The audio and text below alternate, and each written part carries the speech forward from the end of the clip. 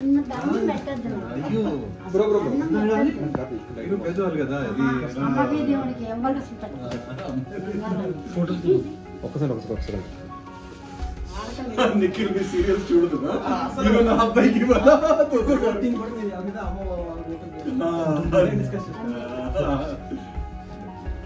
అయ్యో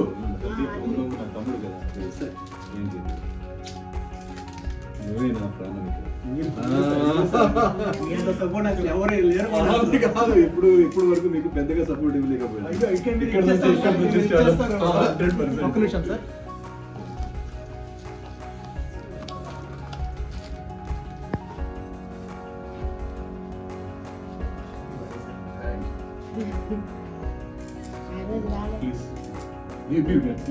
please tension